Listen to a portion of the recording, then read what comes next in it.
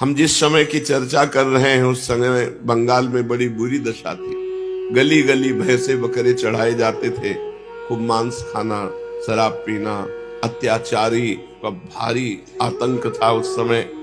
मनुष्य धर्म कर्म से हीन होकर नाना प्रकार के पाखंड धर्मों का आश्रय किए हुए थे और वाम मार्ग मतलब शास्त्र के विरुद्ध आचरणों का खूब बोलबाला था। घोर तांत्रिक पद्धतियों वाले भगत मिलते, मांस मदिरा मैथुन ये स्वाभाविक सबकी प्रवृत्ति, मांस मदिरा मैथुन सबकी स्वाभाविक। कहीं कहीं मनुष्यों तक की बलि चढ़ाई जाती थी। चतुर्भुजदास जी के चरित्र में आता है कि देखा कि एक नौजवान को रस्सी से बांधे हुए है और ढोल नगाड़े बजाते हो, वो चिल्ला रहा, उसके परिवार के लोग चिल्ला रहे। उनका ये क्या है, क्या दंड है, इसका क्या अपराध किया है?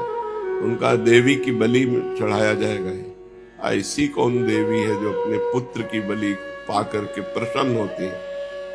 और वो तो महान भजनानंदी संत गए, मुरली मनोहर जी उनके ठाकुर जी थे, देवी से कहा कि आज के बाद अगर मतलब मूर्ति निकल करके सिंहासन से बाहर गिरी, आज के बाद अगर किसी भी जीव की यहां बलि चढ़वाई तुमने,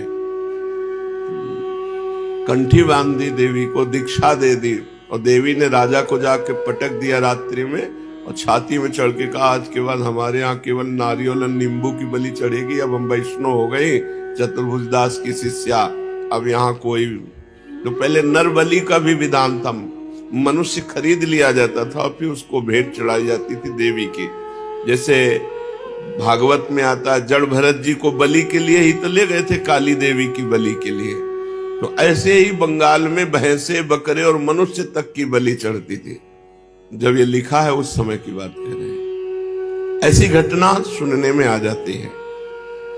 लोग अपने हाथ में तलवार लेकर के पशुओं की खोपड़ी काटते और देवी को प्रसन्न करना चाहते। वैष्णव धर्म शुद्ध क्या है तो किसी को पता ही नहीं था। ऐसे देश में परम पवित्र प्रेम की धारा बहा दी महाप्रभु चैतन्य देव ने। अगर कोई विद्वान होता था तो वाद विवाद के लिए तार्किक प्रवृत्ति, विद्या का मुख्य प्रयोजन दूसरे को परास्त करना,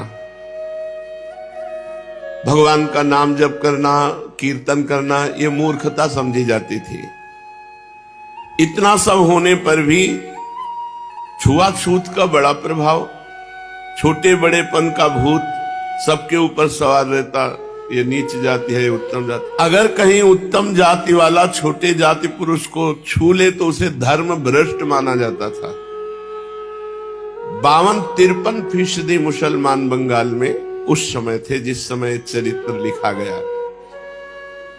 बंगाल में ब्राह्मण, वैद्य, कायस्थ ये तीन ही जाति शिक्षित और कुलीन समझी जाती थी। उस समय कायस्थों में विद्या का खूब प्रचार प्रसार था। राजकाजों में भी उनकी बुद्धि बड़ी तीक्ष्ण थी। आचार विचार में भी वो हिंदुओं की कोई परवाह नहीं करते थे। वे मुसलमानों के नाम से ही ब्राह्मणों की भांति दूर नहीं भागते थे। उनका खान पान आचार व्यवहार मुसलमानों से मिल जाता था। इसलिए बंगाल में अधिकांश जमींदार, ताल्लुकेदार और राजा ये कायस्थ ही होते थे। राज शक्ति और शासन शक्ति हाथ में होने के कारण बहुत से विद्वान ब्राह्मण भी उनके दरबार में रहते थे। मुख से चाहे उन्हें कुछ भी कहें, उन्हें शास्त्रों का अध्ययन कराते, दान प्रतिग्रह उनसे लेते, श्राद्ध यज्ञ आदि कार्य भी ब्राह्मण लोग कराते ही थे। इस प्रकार छात्र धर्म उस समय बंगाल में कायस्थों में ही था। कायस्थों में संस्कृत के बड़े बड़े ऊंचे विद्वान उस समय मौजूद थे। बहुत से कायस्थ जमींदारों के नाम तो मुसलमानों की ही तरह होते थे, जैसे बुद्धिमंत खां, रामचंद्र खां आदि आदि। महाप्रभु गौरांग के प्रादुर्भाव के समय गौड़ देश के शासक सुबुद्धि खां सुबुद्धि राय थे। उनके यहाँ हुसैन खां नाम का बड़ा ही आत्माभिमानी और कुशाग्र बुद्धि सेवक था। एक बार कोई काम बिगड़ जाने पर राजा ने उसकी पीठ पर क्रोध में चाबुक मार दिया। इससे हुसैन खां अभिमानी स्वभाव का, उसने मन ही मन ठान लिया कि अब तुम्हें राज्य पद से हम गिरा के ही रहेंगे, प्रतिज्ञा कर ली। बुद्धिमान तो था ही, उसने बड़े बड़े अधिकारियों से धीरे धीरे मिला और राजा के प्रति द्वेष खड़ा किया और सभी को साम दाम दंड और भेद आदि नीतियों का आश्रय लेकर सब सेनापति सेना अपने कब्जे में की और राजा को कैद करवा लिया, सुबुद्धि खां को। स्वयं गौड़ देश का राजा बन गया हुसैन खां। सुबुद्धि राय जब हुसैन खां के बंदी थे तो उनकी स्त्री ने सलाह दी कि इसे जान से मार दो, किंतु हुसैन खां इतनी नीच प्रकृति का मनुष्य नहीं था। उसने कहा चाहे इसने मेरे साथ कैसा भी बर्ताव किया हो, आखिर तो ये मेरा स्वामी रहा है और मैंने इसका नमक खाया है, मैं इसको मारूंगा तो नहीं पर बंदी बना के रखूंगा। कुछ दिन बंदी बना के रखा और फिर छोड़ दिया, किंतु उसने पहले अपने जूठे पानी को पिलाया, जबरदस्ती उसे धर्म भ्रष्ट किया। सुबुद्धि खां को, सुबुद्धि राय को उनके सेवक हुसैन खां ने स्वयं राजा बन गया और उसे अपने जूठा खिलाया। अब राज्यच्युत और धर्म भ्रष्ट सुबुद्धि राय ने गौड़ देश के पंडितों से इस पाप का प्रायश्चित की व्यवस्था पूछी। धर्म के मर्म को भली भांति जानने वाले विद्वान ब्राह्मणों ने बहुत बढ़िया व्यवस्था बताई। उन्होंने कहा इस पाप का प्रायश्चित है प्राण त्याग, इसके अतिरिक्त दूसरा कोई नहीं, तब तुम पवित्र होगे। ये पहले की व्यवस्था थी। जन्म से राज्य सुखों को भोगने के आदि और ऐशो आराम में पले हुए सुबुद्धि राय की बुद्धि ने ब्राह्मणों की इस व्यवस्था को स्वीकार नहीं किया। वे कोई और व्यवस्था चाहते थे, इसलिए वाराणसी के पंडितों के पास गए। काशी के पंडित कोई घाट थोड़े ही थे, शास्त्रों का अध्ययन उन्होंने भी किया था, उन्होंने भी वही व्यवस्था रखी। सुबुद्धि राय इधर उधर भटकते हुए अपने जीवन को बिताने लगे। कालांतर में जब चैतन्य महाप्रभु वाराणसी पधारे थे, उनका नाम सुनकर उनकी शरण में आए, तब महाप्रभु ने कहा कि इस व्यवस्था की कोई जरूरत नहीं, केवल हरि नाम लो सब पवित्र हो जाओ। कितना सुंदर, भगवान नाम लेते ही जीव परम पवित्र हो जाता है। प्राण त्यागने से कुछ नहीं मिलता। जाओ वृंदावन वास करो और अहरनिश श्री कृष्ण नाम जप करो। महाप्रभु ने व्यवस्था दी थी। ये है परम पावन व्यवस्था। चावल की भूसी में आग लगा कर, इस सब कैसे कैसे कैसे कैसे विधान शास्त्रों में पढ़ करके बताए जाते थे। कितना बड़े हरि परम पवित्र हो गए, कृष्ण परम पवित्र हो गए। जाओ महात्माओं की सेवा करो वृंदावन में और वृंदावन वास करो, अहरनिश कृष्ण नाम चिंतन करो, तुम परम पवित्र हो जाओगे। सतरति सतरति सा लोकांतारयति। भगवान नाम जब से करोड़ों करोड़ों जन्मों के पाप नष्ट हो जाते हैं, एक जन्म के पाप की कौन बात करे। प्रभु की आज्ञा सिरोधार्य करके वृंदावन में आकर रहने लगे और जंगलों में सूखी लकड़ियां बिनते, जो 2-4 पैसे की बिकती, उससे साधु सेवा करते। आप तो 1 पैसे के चना खाते और 2-3 पैसे की कोई सामग्री खरीदकर साधु सेवा करते। वृंदावन में संत सेवा का बहुत बड़ा प्रभाव है।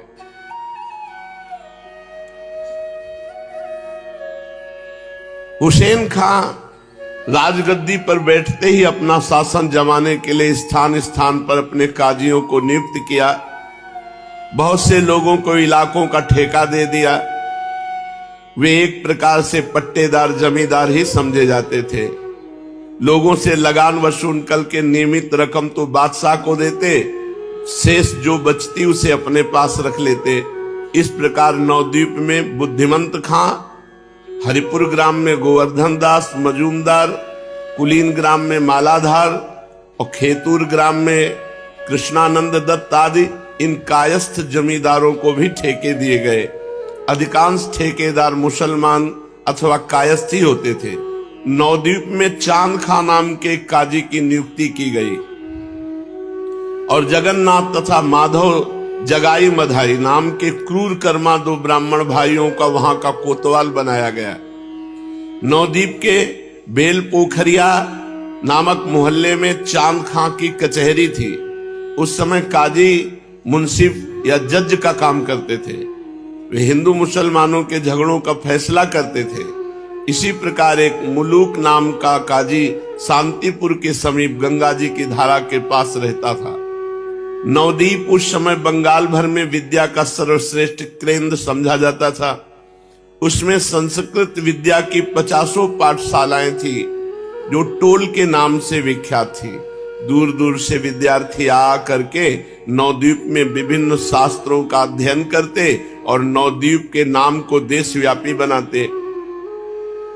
उस समय संस्कृत के प्रधान केंद्र नवद्वीप ने बहुत से लोक प्रसिद्ध पंडितों को उत्पन्न किया। मिथिला से न्याय के ग्रंथ को कंठस्थ करके उसका बंगाल और उड़ीसा में प्रचार करने वाले वासुदेव सार्वभौम उन दिनों नवद्वीप में ही पढ़ते थे। उस समय विद्वानों में नैयायिक रामचंद्र, सार्वभौम, विद्यावागीश, महेश्वर, विशारद, नीलांबर चक्रवर्ती, अद्वैताचार्य, गंगादास आदि का नाम विशेष उल्लेखनीय है। सार्वभौम के विद्यार्थियों में रघुनाथ दास, भवानंद, रघुनंदन, कृष्णानंद तथा मुरारी गुप्त आदि लोग प्रसिद्ध और भारी विद्वान हुए। इस प्रकार उस समय नवद्वीप बंगाल भर में विद्या का एक प्रधान स्थान समझा जाता था। सैकड़ों विद्यार्थी एक साथ ही गंगा जी के घाटों पर स्नान करते और परस्पर में शास्त्र चर्चा करते बड़े ही भले मालूम पड़ते। चारों ओर पंडितों की ही चहल पहल रहती। कहीं न्याय की फक्कियाएं चल रही तो कहीं व्याकरण की पंक्तियां पूछी जा रही। सभ्य और धनी मानी पुरुषों में भी संस्कृत विद्या का आदर था। वे संस्कृत विद्या को आज की भांति हे नहीं समझते थे। इसी कारण अध्यापक तथा विद्यार्थियों को भोजन वस्त्रों की कमी नहीं रहती। धनी पुरुष उनके खाने पहनने की स्वयं ही श्रद्धा भक्ति के साथ प्रबंध कर देते। ऐसे ही घोर क्रांति के समय में इस विद्या व्यासंगिनी पुरी में महाप्रभु चैतन्य देव का जन्म हुआ। उन्होंने अपनी भक्ति भागीरथी की बाढ़ में सभी पंडितों के नास्तिकवाद को एक साथ ही बहा दिया। उनके भक्ति भाव के ही कारण नवद्वीप भावुक भक्तों का अड्डा और भक्ति का केंद्र बन गया। सचमुच सचमुच वही माता होने का सौभाग्य है, वही माता सार्थक है, वही माता धन्य है जिसके गर्भ से भगवान के भक्त का जन्म हुआ हो। कुलम पवित्रम जननी कृतार्था वसुंधरा पुण्यवती च तेन। धन्य है वो भूमि, धन्य है वो गांव, धन्य है वो माता पिता जिसके कुल में भगवान का भक्त पैदा हो। नाम प्रसंग कहे तो उपदेश, जहां या धर्म धन्य सो देश। धन्य सो कुल जे जन्म भयो, धन्य सो तात, धन्य सो माय, संतत सकल सुनो चित लाए। जिसके गर्भ से भगवत भक्त पुत्र का जन्म हुआ हो, जन्म और मृत्यु ही जिसका स्वरूप है, ऐसे परिवर्तनशील संसार में गर्भ धारण तो प्राय सभी योनियों की माताएं करती हैं, किंतु सार्थक गर्भ उसी का कहा जा सकता है जिसके गर्भ से उत्पन्न हुए पुत्र के ऊपर हरि भक्तों की मंडली में हर्ष ध्वनि होने लगे, जिसके दर्शन मात्र से भक्तों के शरीर में स्तंभ, स्वेद, रोमांच और स्वर भंगादि सात्विक भावों का उदय आप से आप होने लगे, अथवा जिसके ऊपर विद्वान तथा सूरवीरों की सभा में सभी लोगों की समान भाव से उसी के ऊपर दृष्टि पड़े। धन्य है वो मां जो ऐसे वीर महाभागवत को जन्म देती है। पुत्रवती ज्योति जग सोई, वही पुत्रवती जिसका पुत्र भगवान का भक्त हुआ हो। असल में वही पुत्र कहलाने योग्य है। गर्भ धारण करने वाली वही सच्ची माता है। वैसे तो सुकरी कुकरी भी साल में 10-10, 20-20 बच्चे पैदा करती हैं। गर्भ धारण करना उसका धन्य है जिसके गर्भ से भगवान का भक्त पैदा हो। जननी जने तो भक्त जन याद आता या सूर, ना ही तो जननी बांध रहे क्यों खोवे है नूर। ऐसी परम पवित्र माता का नाम सची महाप्रभु चैतन्य देव की। भाग्यवती सची माता ने ही यथार्थ में माता शब्द को सार्थक बनाया, जिसके गर्भ से विश्व रूप। आज वो ऐसे भी उत्सव मनाया जाता है महाप्रभु चैतन्य देव के प्राकट्य का, अपना क्रम से आ ही गए भगवत कृपा से। आज उत्सव मनाया जाता है, आज महाप्रभु के जन्म का उत्सव मनाया जाता है। जो ऐसे अपने होली मनाई जाती है, ऐसे बंगाल देश में चैतन्य महाप्रभु के प्राकट्य उत्सव को आज ऐसे रंग भरे भाव से खेला जाता है। यथार्थ में माता शब्द को सार्थक किया सची माता ने, जिसके गर्भ से विश्व रूप और श्री कृष्ण चैतन्य देव जैसे दो पुत्र रत्न उत्पन्न हुए। श्री कृष्ण चैतन्य महाप्रभु को पैदा करके वे जगन माता ही बन गई। गौरांग जैसे महापुरुष को जिन्होंने गर्भ में धारण किया हो, उन्हें जगन माता का प्रसिद्ध पद प्राप्त होना ही चाहिए। महाप्रभु गौरांग देव जी के पूर्वज श्रीहट्ट हिलहट निवासी थे। ये नगर आसाम प्रांत में है और बंगाल से सटा हुआ ही है। वर्तमान काल में ये आसाम प्रांत का एक सुप्रसिद्ध जिला है। इसी श्रीहट्ट नगर में भरद्वाज वंशी परम धार्मिक और विद्वान उपेंद्र मिश्र नाम के एक तेजस्वी और कुलीन ब्राह्मण निवास करते थे। उपेंद्र मिश्र धर्मनिष्ठ और स्वकर्म परायण होने के साथ खाने पीने की कोई कमी नहीं थी। उनकी गुजर साधारणतया भली भांति ही हो जाती थी। उन भाग्यशाली ब्राह्मण के 7 पुत्र हुए। उपेंद्र मिश्र के 7 लड़के थे।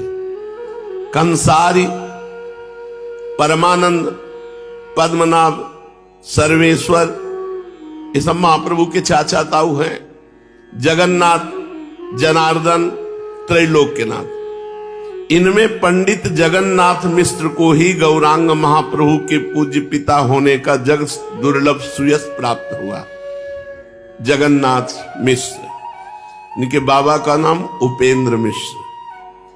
पंडित जगन्नाथ मिश्र अपने पिता की अनुमति से संस्कृत विद्या पढ़ने के लिए सीलहट से नवद्वीप आए और पंडित गंगादास जी की पाठशाला में अध्ययन करने लगे। इनकी बुद्धि कुशाग्र थी, पढ़ने लिखने में तेज थे, इसलिए अल्पकाल ही में इन्होंने काव्य शास्त्रों का विधिवत अध्ययन करके पाठशाला से पुरंदर की पदवी प्राप्त कर ली। इनके रूप लावण्य तथा विद्या बुद्धि से प्रसन्न होकर नवद्वीप के प्रसिद्ध पंडित श्री नीलांबर चक्रवर्ती, ये महाप्रभु चैतन्य देव जी के नाना हैं, इन्होंने अपनी ज्येष्ठ कन्या सची देवी का विवाह पंडित जगन्नाथ मिश्र से कर दिया है। नीलांबर चक्रवर्ती जी नवद्वीप निवासी नहीं थे। इनका आदि स्थान फरीदपुर के जिले में मगडोवा नामक एक छोटे से ग्राम में था। ये भी विद्या अध्ययन के निमित्त नवद्वीप आए थे। पढ़ लिख करके फिर यहीं रह गए, बेल पुकुरिया में, काजीपाड़ा के समीप। इनके यज्ञेश्वर और हिरण्य 2 पुत्र और 2 कन्याएं थी। छोटी कन्या का विवाह श्री चंद्रशेखर आचार्य रत्न के साथ हुआ था और बड़ी कन्या सची देवी का पंडित जगन्नाथ मिश्र के साथ विवाह हुआ। नीलांबर चक्रवर्ती जी की 2 पुत्रियां। रूपवती और कुलवती पत्नी को पाकर जगन्नाथ मिश्र जी परम संतुष्ट हुए और फिर सिलहट न जाकर के वहीं मायापुर में घर बनाकर रहने लगे। मायापुर में और भी बहुत से सिलहट निवासी ब्राह्मण रहते थे। पंडित जगन्नाथ मिश्र भी वहीं रहने लगे। मायापुर ये नवद्वीप का एक मोहल्ला है। आजकल जो नगर नवद्वीप के नाम से प्रसिद्ध है, वह तो उस समय कुलिया नामक ग्राम था। पुराना नवद्वीप तो कुलिया के सामने गंगा जी के उस पार पूर्व किनारों पर अवस्थित था, जो आजकल बामन पुकर नाम से पुकारा जाता है। कहा जाता है कि प्राचीन नवद्वीप की परिधि 16 कोश की थी। उसमें अंतः द्वीप, सीमंत द्वीप, ग्रोद्रुम द्वीप, मध्य द्वीप, कोल द्वीप, ऋतु द्वीप, जन्हू द्वीप, मोदक द्वीप और रुद्र द्वीप, ये 9 द्वीप थे। इन 9 को मिलाकर के ही 9 द्वीप कहते हैं। मायापुर जहां पर पंडित जगन्नाथ मिश्र रहते थे वो मध्य द्वीप के अंतर्गत था। अब उस स्थान का पता भी नहीं है कि कहां गया। भगवती भागीरथी के गर्भ में वे सभी प्राचीन स्थान विलीन हो गए, केवल महाप्रभु की कीर्ति के साथ उनके नाम मात्र ही शेष रह गए हैं। पंडित जगन्नाथ मिश्र अपनी सर्वगुण संपन्ना पत्नी के साथ सुखपूर्वक नवद्वीप में रहने लगे। सची देवी के गर्भ से एक एक करके 8 कन्याओं का जन्म हुआ और वे अकाल में ही काल कवलित हो गई। 8 में से एको कन्याएं नहीं बची। इससे मिश्र दंपति का गारहस्थ जीवन चिंतामय और दुखमय बना हुआ था। गृहस्थी के लिए संतानहीन होना बड़ा कष्टप्रद माना जाता है। उससे भी अधिक कष्टप्रद संतान होकर उसका जीवित न रहना। सची माता के 8 कन्याएं हुई, 8 में एको बची नहीं। ये दंपति श्री जगन्नाथ मिश्र जी सची माता दुखी रहने लगे, लेकिन थोड़े दिन के ही अनंतर में गर्भ रहा। फिर तो सची देवी के गर्भ से एक पुत्र रत्न उत्पन्न हुआ जिसका नाम मिश्र जी ने विश्व रूप रखा है, चैतन्य महाप्रभु के बड़े भाई के रूप में। विश्व रूप सचमुच विश्व रूप थे। माता पिता को इस अद्वितीय रूप लावण्य युक्त पुत्र को पाकर परम प्रसन्नता प्राप्त हुई। चंद्रमा की कलाओं के समान विश्व रूप धीरे धीरे बड़े होने लगे। इस प्रकार विश्व रूप की अवस्था 9-10 वर्ष की हुई होगी कि तभी माघ मास में सची देवी के फिर गर्भ रहा। बस इसी गर्भ में प्रेमावतार महाप्रभु श्री श्री कृष्ण चैतन्य देव का प्रादुर्भाव हुआ। श्रीमद् भागवत तथा गीता में भगवान ने बार बार श्री मुख से जोर देकर कहा है कि मेरे पाने का एकमात्र उपाय भक्ति ही है।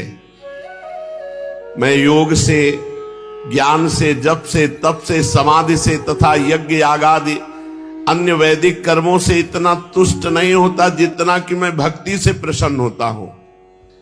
केवल अनन्य भक्ति के द्वारा ही मेरा यथार्थ ज्ञान प्राप्त होता है कि मैं कैसा हूं और मेरा प्रभाव कितना है। जिस भक्ति की इतनी महिमा है, वह भक्ति जिसके हृदय में हो, उस भाग्यवान भक्त के महत्व का वर्णन भला कौन कर सकता है। वास्तव में भगवान और भक्त नाम मात्र के लिए ही दो है। भक्त भगवान के साकार विग्रह का ही नाम है।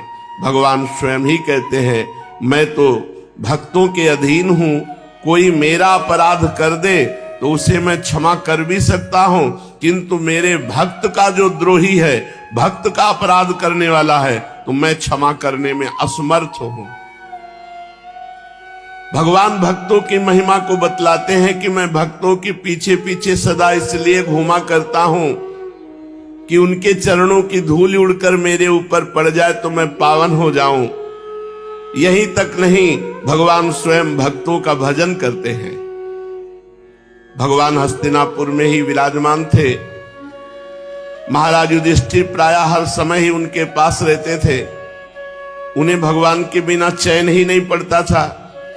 एक दिन रात्रि के 12 बजे महाराज युधिष्ठिर भगवान के स्थान पर पहुंचे तो उस समय भगवान ध्यानस्थ बैठे हुए थे। 12 बजे रात्रि के। धर्मराज बहुत देर तक हाथ जोड़े खड़े रहे। कुछ काल के अनंतर भगवान की समाधि भंग हुई। सामने धर्मराज को खड़े देखकर उन्होंने उनका स्वागत किया और कहा, असमय में कैसे आ गए। धर्मराज जी ने नम्रता पूर्वक निवेदन किया, भगवान और बातें तो मैं फिर पूछूंगा, इस समय जो मुझे बड़ा भारी संशय हुआ उसका पहले उत्तर दीजिए। आप चराचर जगत के एकमात्र स्वामी हैं, संपूर्ण प्राणियों के आप ही भजनी हैं। ऋषि, महर्षि, देव, दानव, देवता, मनुष्य सभी आपका ध्यान करते हैं। और इस समय मैंने देखा कि आप ध्यान कर रहे हैं किसका?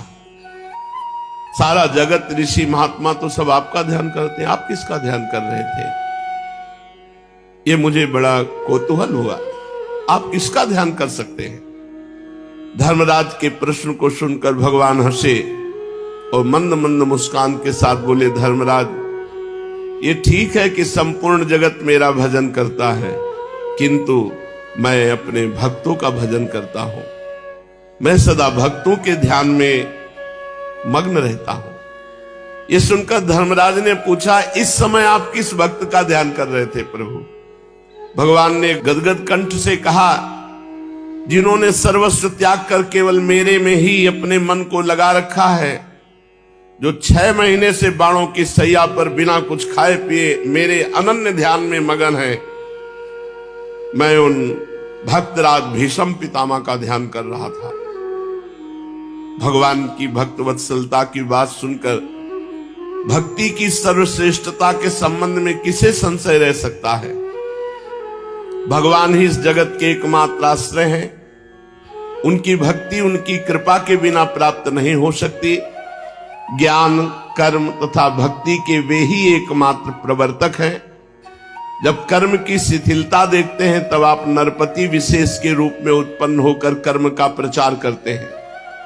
जब ज्ञान का लोप देखते हैं तब मुनि विशेष के रूप में प्रकट होकर ज्ञान का प्रसार करते हैं। और जब भक्ति को नष्ट होते देखते हैं तब भक्त विशेष का रूप धारण करके भक्ति की महिमा बढ़ाते हैं। उन्हें स्वयं कुछ भी कर्तव्य नहीं होता, क्योंकि वो स्वयं परिपूर्ण स्वरूप है। लोक कल्याण के निमित्त वे स्वयं आचरण करके लोगों को शिक्षा देते हैं।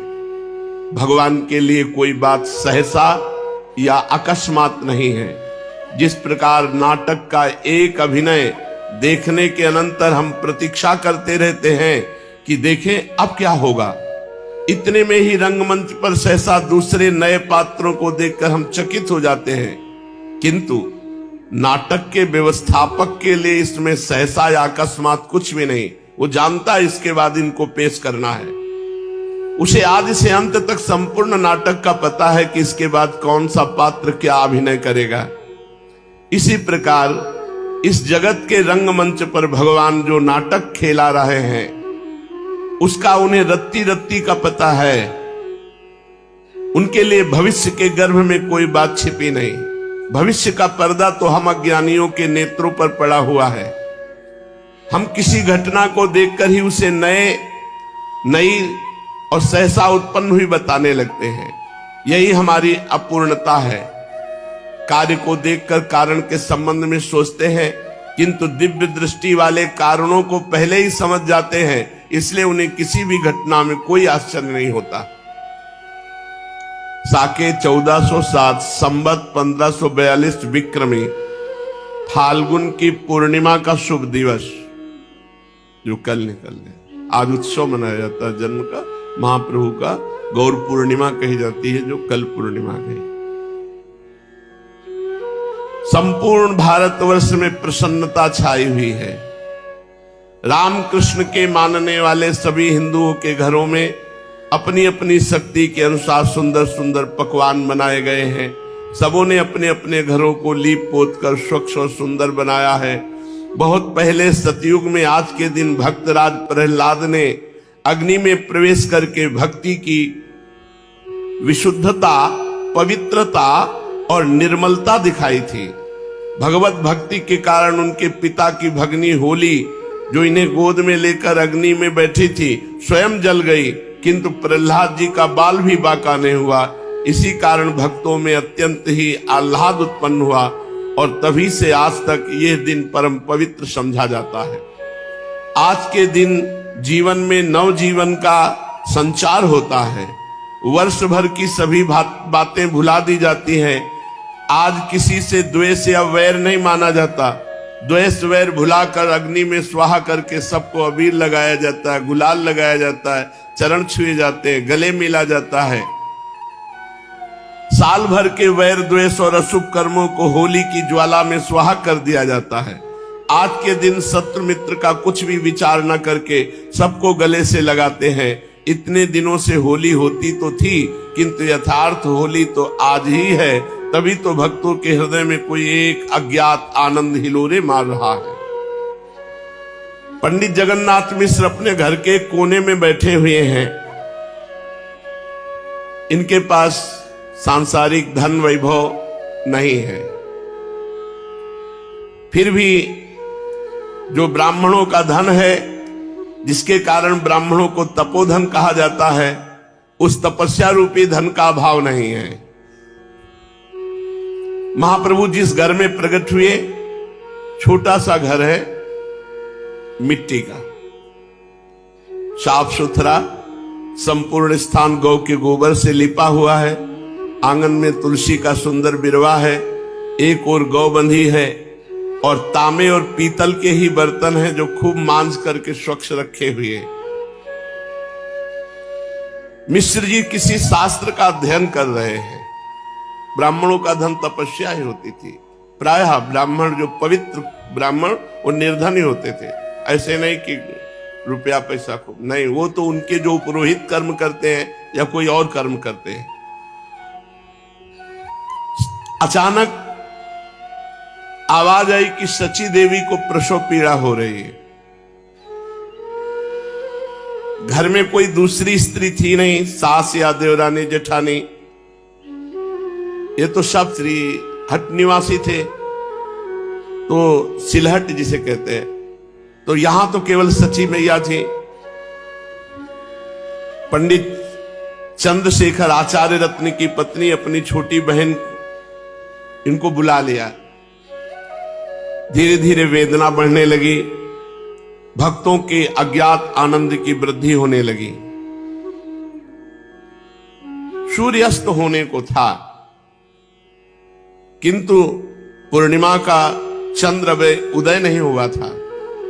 कारण महाप्रभु चैतन्य चंद्र के उदय होने की प्रतीक्षा मानो कर रहा था।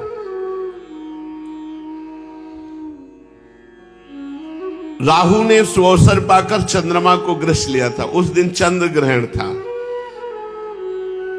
तो स्नान करने के निमित्त नवद्वीप के सभी घाटों पर स्त्री पुरुषों की भारी भीड़ लगी हुई थी गंगा जी स्नान के लिए। असंख्यों नर नारी उस पुण्य अवसर पर स्नान करने के निमित्त सब गंगा जी के किनारे एकत्र थे।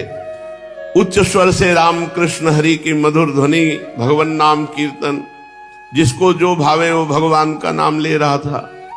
सब प्रेमोन्मत्त, पता नहीं कि कौन सी लहर दौड़ी कि जितने गंगा स्नान करने आए थे सब नाच रहे हैं, आनंदित हो रहे हैं, हरि बोल कहकर। क्यों? क्योंकि इस समय नामावतार श्री गौरांग देव चैतन्य महाप्रभु का प्रादुर्भाव हुआ। सची देवी की बहन ने यह शुभ समाचार जगन्नाथ मिश्र को सुनाया कि तुम्हारे पुत्र हुआ है। 10 वर्ष के बड़े भ्राता विश्वरूप जी थे। मिश्र जी की प्रसन्नता का तो कुछ ठिकाना ही ना रहा। वे तो अत्यधिक आनंदित हो गए।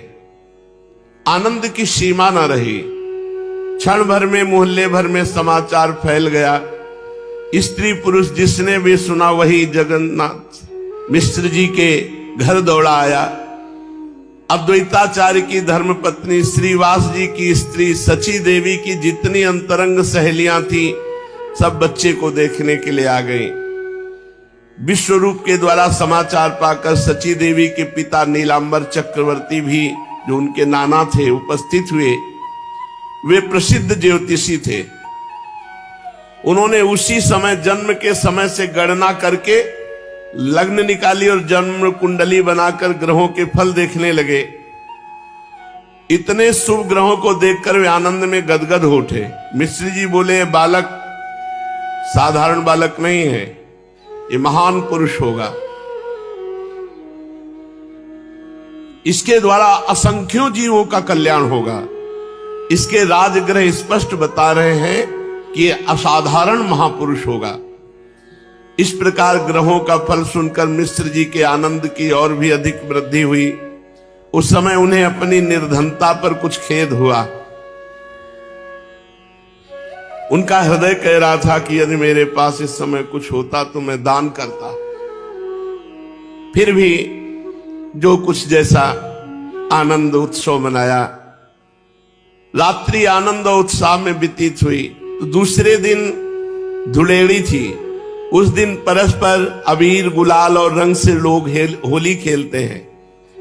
अपने तो सौभाग्य हो गए कि क्रम से महाप्रभु के जन्मदिन में ही जन्मदिन का चरित्र आया।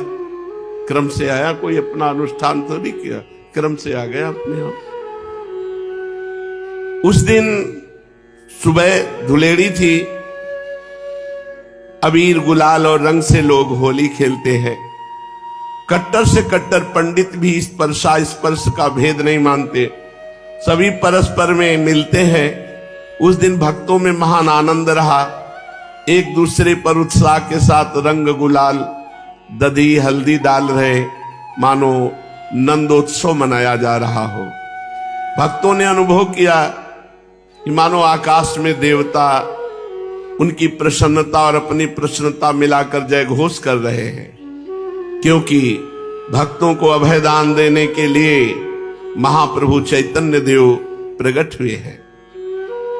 संपूर्ण नवद्वीप ही नहीं, संपूर्ण देश में भक्ति भागीरथी की एक ऐसी मनोरम बाढ़ आवेगी जिसके द्वारा सभी जीव पावन बन जाएंगे और चारों ओर हरि बोल यही सुमधुर ध्वनि सुनाई पड़ेगी। पंडित जगन्नाथ मिश्र और सची देवी की मानसिक प्रसन्नता को वही अनुभव कर सकता है जिसकी अवस्था महाराज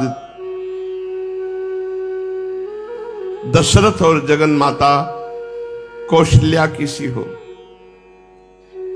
अथवा देवकी और वसुदेव की जो प्रसन्नता हुई वही प्रसन्नता मिश्र दंपति के हृदय में विद्यमान थी।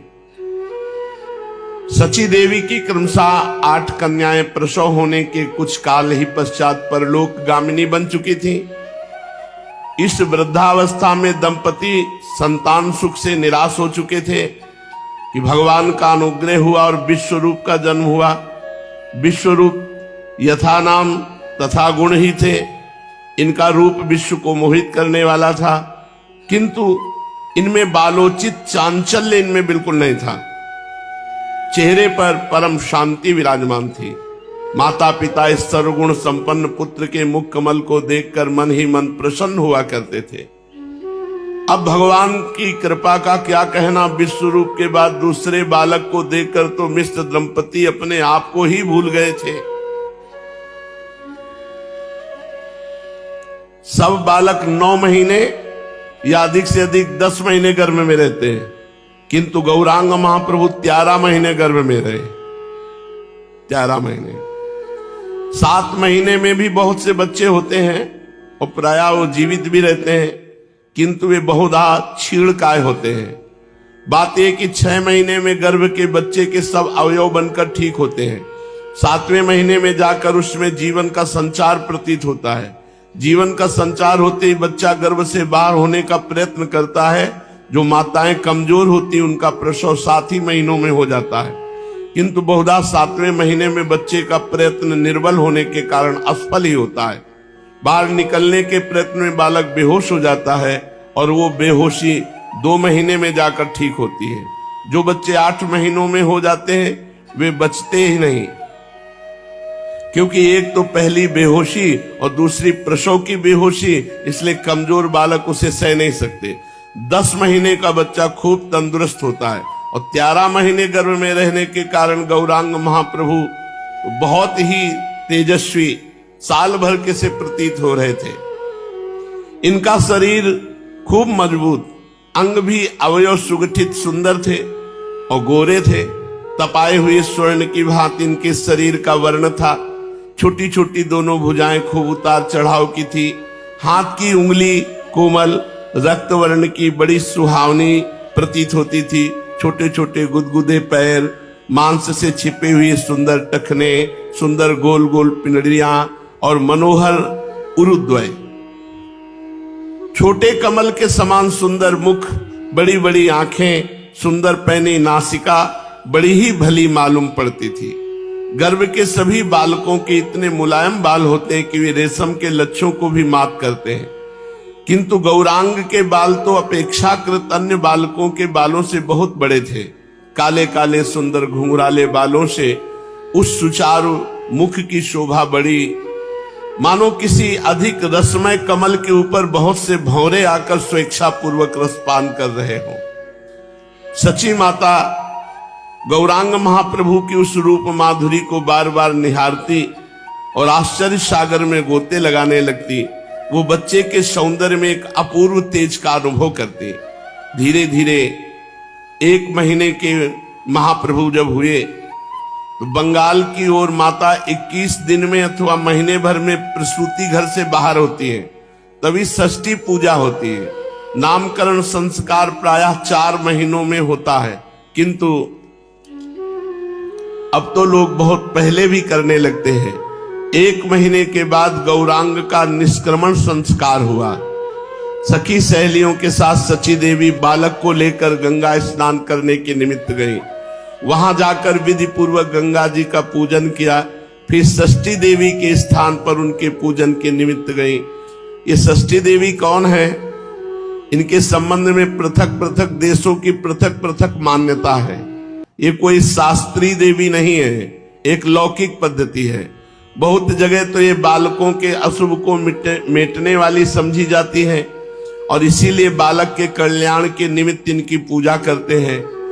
और हमारी तरफ बालक के जन्म के 6ठे दिन छठी देवी का पूजन होता है। घर की सबसे मान्य स्त्री पहले पूजा करती है, फिर संपूर्ण कुल परिवार की स्त्रियां आकर पूजा करती हैं, भेंट चढ़ाती हैं। मान्य स्त्री उन सबको खाने के लिए सीरा पूड़ी अन्य वस्तुएं देती है। हमारी ओर भावी माता को ही षष्ठी मानते हैं। ऐसी मान्यता है कि भावी माता उसी दिन रात्रि में आकर बालक की आयु भर का शुभाशुभ भाग्य में लिख जाती है। बालक के भाग्य को खूब अच्छा लिखा जाए, इसलिए उसकी प्रसन्नता के निमित्त उसका पूजन करते हैं। कुछ भी हो, लौकिक ही रीति सही, किंतु इसका प्रचार किसी न किसी रूप में सर्वत्र है। षष्ठी देवी के स्थान पर जाकर सची देवी ने श्रद्धा भक्ति के साथ देवी का पूजन किया और वे बच्चे के मंगल कामना के निमित्त देवी के चरणों में प्रार्थना करके सखी सहेलियों के साथ प्रसन्नता पूर्वक घर लौट आई। बालक ज्यों ज्यों बढ़ता जाता त्यों ही त्यों उनकी चंचलता भी बढ़ती जाती। विश्वरूप जी जितने शांत गंभीर थे, चैतन्य महाप्रभु उतने ही अधिक चंचल थे। 1 महीने के ही थे कि अपने आप ही आंगन में घुटनों के सहारे रेंगने लगते और चलते चलते जोर से किलकारियां मारने लगते। कभी कभी अपने आप ही हंसने लगते। माता इन्हें पकड़ती, किंतु इन्हें पकड़ना सहज काम नहीं था। वे स्तन पीते पीते कभी इतनी जोर से दौड़ते कि इन्हें रोक रखना असंभव हो जाता। पहले पहले बहुत रोते। माता भांति भांति से चुप करने की चेष्टा करती, किंतु ये चुप नहीं होते थे। एक दिन ये छोटे पालने पर पड़े बहुत जोर से रो रहे थे। माता ने बहुत चेष्टा किंतु ये चुप नहीं हुए। तब इनको नाम ध्वनि सुनाई दी, हरि बोल हरि बोल हरि बोल। बस ये किलकारियां मारने लगे, चुप हो गए। बस इनके रोने के चुप कराने का उपाय मिल गया, हरि बोल हरि बोल।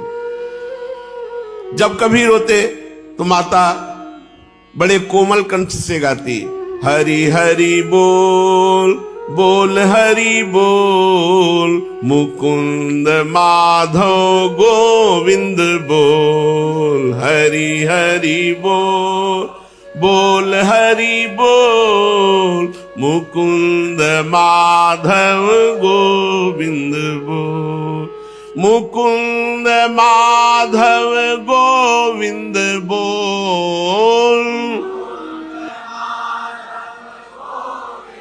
बोल हरि हरि बोल बोल हरि बोल, मुकुंद माधव गोविंद बोल, हरि हरि बोल बोल हरि बोल,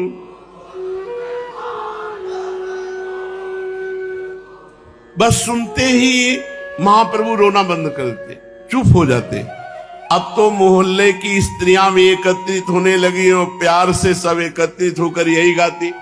अब पूरे दिन सची माता के घर में हरि बोल है। ये महाप्रभु का प्रभाव।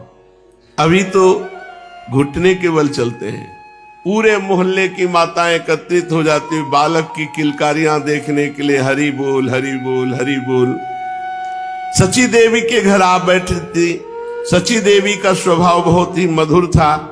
उनके घर में जो भी आती उसका खूब प्रेम पूर्वक सत्कार करती, घर का काम काज छोड़कर उनसे बातें करने लगती। इसलिए सभी भली स्त्रियां अपना अधिकांश समय सची देवी के यहाँ बिताती। वे सभी मिलकर गौरांग को खिलाती। बच्चे की जिसमें प्रसन्नता हो खिलाने वाले उसी काम को बार बार करते हैं। तो गौरांग महाप्रभु प्रसन्न होते, हरि बोल किलकारियां मारते।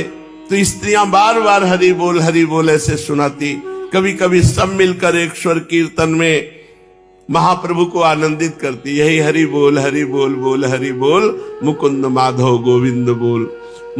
महाप्रभु के घर में नाम कीर्तन की अखंड ध्वनि चल पड़ी। चार गई फिर आई, वो कीर्तन कर रहे, क्योंकि महाप्रभु इसी में मुस्कुराते, इसी में किलकारियां करते। धीरे धीरे चैतन्य महाप्रभु 4 महीने के हुए।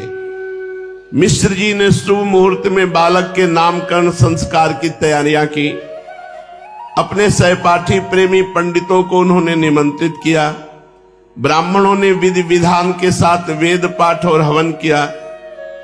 महाप्रभु के नाना नीलांबर चक्रवर्ती जी ने जन्म नक्षत्र के अनुसार बालक का नाम विश्वंभर रखा। किंतु जन्म की राशि के नाम प्रायः बहुत कम प्रचलित होते हैं। बच्चे का नाम तो माता पिता अपनी राजी से ही रख लेते हैं। ये सब जगह की रिवाज है। बच्चे का आधा नाम लेने में ही सबको आनंद आता है। इसलिए बच्चे का कैसा भी नाम क्यों ना उसे तोड़ मरोड़ कर आधा ही बना लेते हैं। ये प्रगाढ़ प्रेम का एक मुख्य अंग है।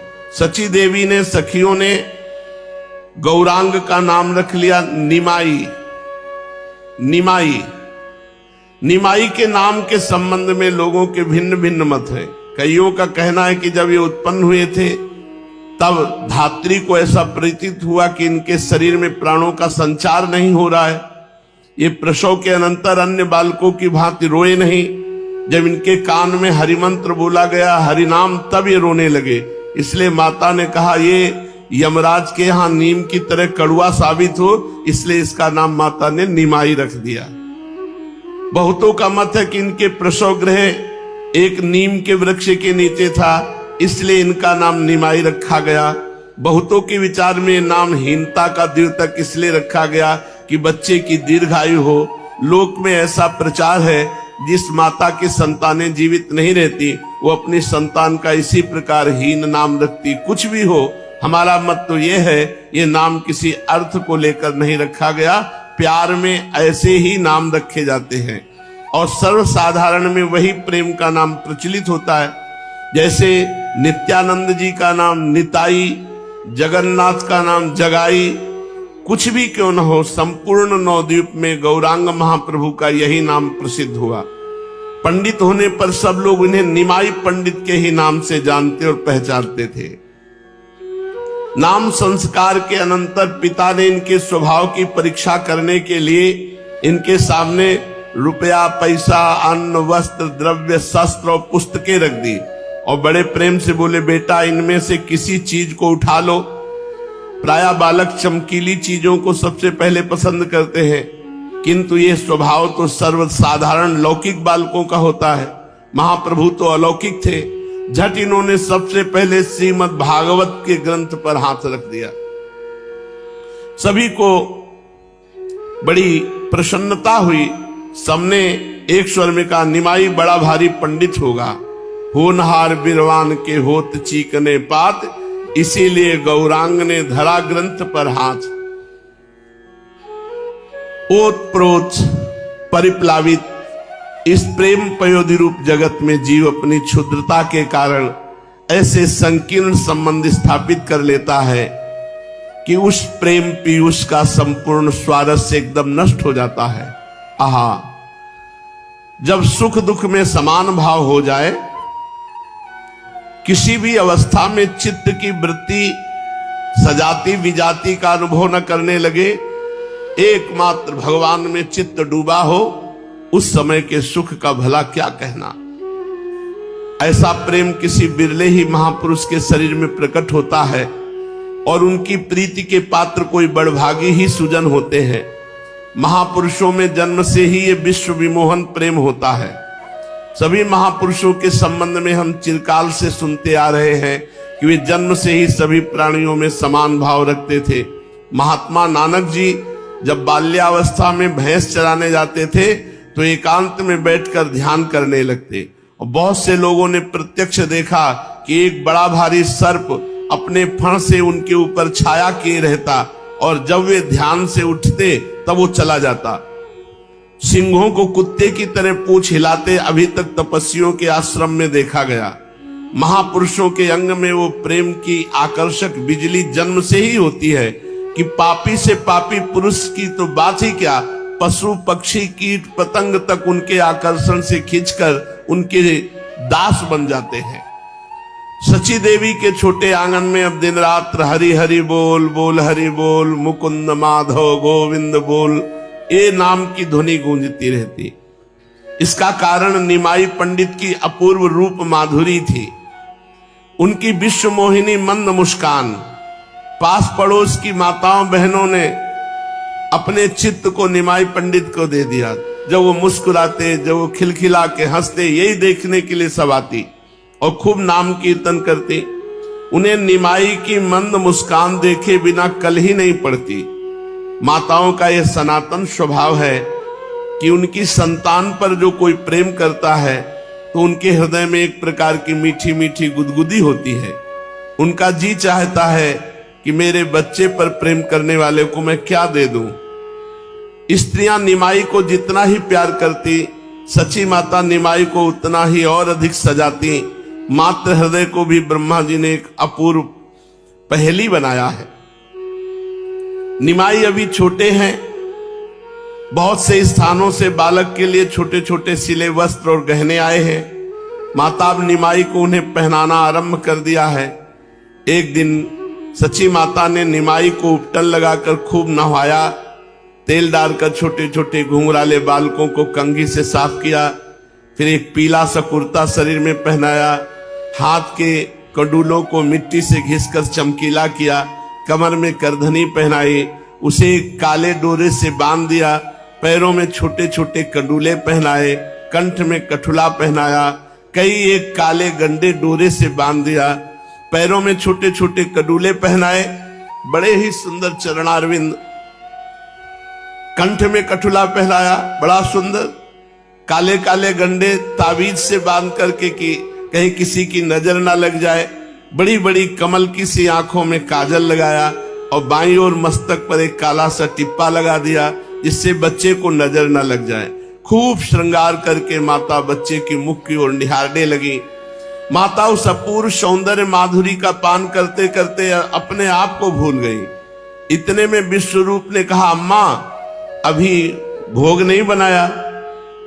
कुछ झूठी व्यग्रता और रोब दिखाते हुए सची माता ने जल्दी से कहा, तेरे इस छोटे भाई से मुझे फुर्सत मिले तब ना बनाऊं। ये तो ऐसा नटखट है कि तनिक आंख बचते ही घर से बाहर हो जाता है और फिर इसका पता लगाना ही कठिन हो जाता है। विश्वरूप ने कहा, अच्छा ला, इसे मैं खिलाता हूं, तू तब तक जल्दी से रंधन कर। ये कहकर विश्वरूप ने बालक निमाई को अपनी गोद में ले लिया। माता तो दाल चावल बनाने में व्यस्त हो गई और विश्वरूप धूप में बैठ गए। भला विश्वरूप जैसे विद्या व्यासंगी बालक खाली कैसे बैठे रह सकते थे। वे निमाई को पास बिठाकर पुस्तक पढ़ने लगे। पुस्तक पढ़ते पढ़ते तन्मय हो गए। अब निमाई को किसका भय। धीरे धीरे घुटनों के बल आप आंगन में दूसरी ओर एकांत जा पहुंचे और वहां पर एक सर्प देवता बैठे हुए थे। बस निमाई को एक खिलौना मिल गया मानो। वे फणधारी सर्प के साथ खेलने लगे। मैया शरीर से तो दाल भात बना रही थी सची माता, किंतु उनका मन यही कि निमाई सुरक्षित है, ठीक है ना। वो उठ करके देख लेती विश्वरूप बातें कर रहा है ना, और विश्वरूप को सावधान कर देती। विश्वरूप निमाई सो गया क्या? ऐसे वो मानो निद्रा से जगे हो, पुस्तक पढ़ रहे थे, चारों ओर देखा, वो कहा अम्मा निमाई तो यहां है ही नहीं। मानो माता के कलेजे में किसी ने गरम ठेस लगा दी हो। उनका मातृ हृदय उसी समय किसी अशुभ आशंका के भय से पिघलने लगा। वे रसोई को वैसे छोड़कर जल्दी से बाहर आई और विश्वरूप भी उठकर खड़े हो गए। मां बहुत व्याकुल होकर ढूंढने लगी निमाई को। आंगन की दूसरी ओर एकांत में जो देखा तो सबके छक्के छूट गए। माता ने बड़े जोर से चीत्कार मारी। उस चीत्कार को सुनकर आसपास मोहल्ले के सब लोग दौड़ आए। सबने देखा कि निमाई का आधा शरीर धूल धूसरित है और आधा अंग तेल के कारण चमक रहा है। बालों में भी कुछ धूल लग गई है। कुर्ते में पीठ की ओर एक गांठ लगी है, बड़ी ही भली मालूम पड़ती। पीले रंग की झगुलिया स्वर्णिम शरीर पर, गोरे शरीर पर बड़ी सुहावनी लग रही, और सर्प गुड़ी मुड़ी मारे बैठा है फन का, और निमाई उसके फन के ऊपर बार बार हाथ रखकर ऐसे खेल रहे। काला गौ के खुर के चिन्ह से चिन्हित विशाल फण ऊपर उठाए। निमाई का एक हाथ उसके फण के ऊपर, एक से वो जमीन पकड़े हुए है, एक से फण पे ऐसे। अब मैया के तो प्राण सूख गए कि कहीं भी काट लिया तो। और चरणों के पास ऐसे गुंडी मार करके ऐसे सर्प में निमाई खेल रहे। सूर्य के प्रकाश में फण चमक रहा है, काला स्याही सा। निमाई को चिंता नहीं, वे बार बार सर्प को छू छू करके हंस रहे, उससे खेल रहे। हंसने से आगे के दांत जो दूध के थे वो चमक रहे थे। देखने वालों के होश उड़ गए। सभी के हृदय में एक विचित्र आंदोलन उठ रहा था। किसी की हिम्मत नहीं पड़ रही थी कि बच्चे को सांप से छुड़ावे। इसी समय सची देवी छुड़ाने के लिए दौड़ी। जे भी सर्प ने देखा कि वो दौड़ करके आ रहे हैं तो भागकर एक बिल में घुस गया। निमाई हंस रहे थे। माता ने दौड़ करके उठाया और छाती से चिपका लिया। उस समय माता को तथा अन्य सभी लोगों को बड़ा आनंद हुआ। सभी ने बच्चे को सकुशल काल के गाल में से लौटा देखा, जैसे नंद बाबा और यशोदा जी को सुख हुआ था कालीदह से निकलने पर भगवान श्री कृष्ण के। ऐसे निमाई को सर्प से बचा देखकर बहुत आनंदित हुए जगन्नाथ मिश्र, सची माता और भी सब नगरवासी। मैया ने झाड़ फूक वालों को बुलवाया, झाड़ फूक करवाया, ताबीज बंधवाई कि कहीं कोई किसी की नजर ना लगे, कोई विष ना चढ़े, कोई हानि ना हो।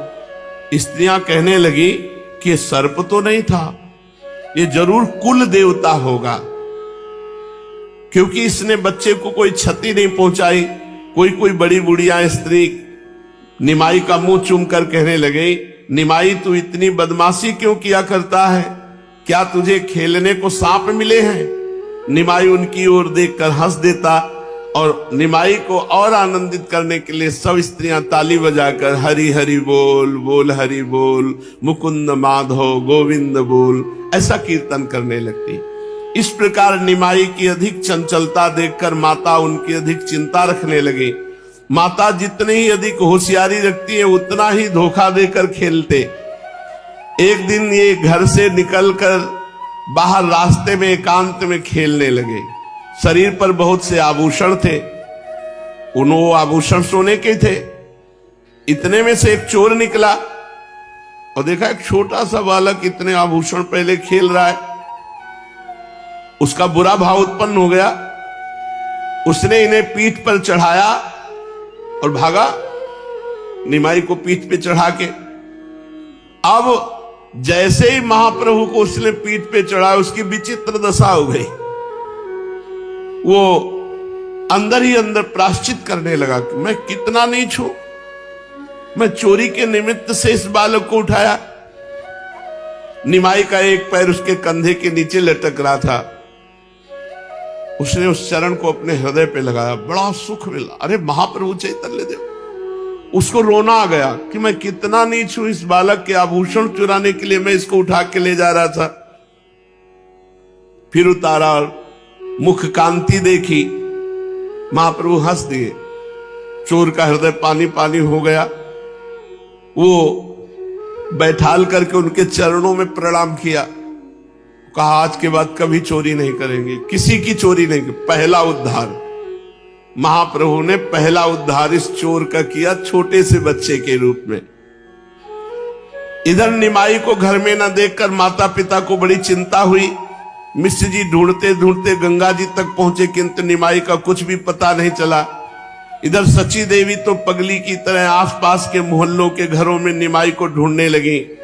स्त्रियां कहती बहन बड़ा चंचल है, घर में रहना तो मानो सीखा ही नहीं, तुम चिंता मत करो, यहीं कहीं खेल रहा होगा, मिल जाएगा।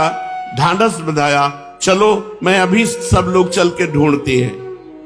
इस प्रकार सभी स्त्रियां सची माता को धैर्य बंधाती, किंतु सची माता को धैर्य कहां। उन सबकी बातों को अनसुनी करते हुए माता व्याकुल होकर दौड़ रही थी। विश्वरूप भैया अलग ढूंढ रहे थे। इधर चोर की चित्तवृत्ति शुद्ध हो गई, स्पर्श मात्र से भाव बदल गया। वो कांधे पे बैठाले हुए आ रहा है निमाई को। माता पिता ढूंढ रहे थे और धीरे से जहां से उठाया था वहीं छोड़कर भाग गया चोर। अरे कहा निमाई तो ये दरवाजे पे खेल रहा है। सब दौड़ करके आए, जैसे मरे हुए कि प्राण आ जाए, ऐसे महाप्रभु को देखकर माता पिता स्वजनों के हृदय में आनंद हुआ। बड़ी प्रसन्नता मिश्र जी को हुई द्वार पर देख करके कि अभी तो यहां ढूंढ रहे थे, दरवाजे पर कैसे आ गए। अब वो चोर का भाव बदल गया, इसलिए छोड़ गया। माता ने हृदय से लगा लिया और सब स्त्रियां मिलकर माता के साथ भगवान नाम कीर्तन करते हुए महाप्रभु को दुलार कर रही। शेष चर्चा आगे। श्री राधा वल्लभ लाल।